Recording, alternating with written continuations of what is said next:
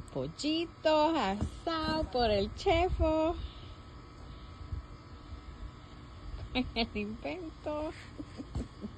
De la que estamos pobres porque queremos ver. Eso es pollitos asados, no, pollitos rotisserie 2.0. El lechón viene next week. Sí.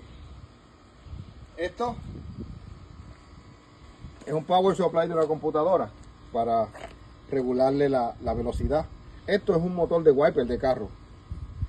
Y pues, lo demás, son dos rueditas para que pues no se dañe el palo. Y ya, lo usa. El cable que vas a usar es el amarillo y negro, que es la velocidad más lenta. Y pues ahí tienes un Rotisserie para chicken. Firepig / horno. The chicken.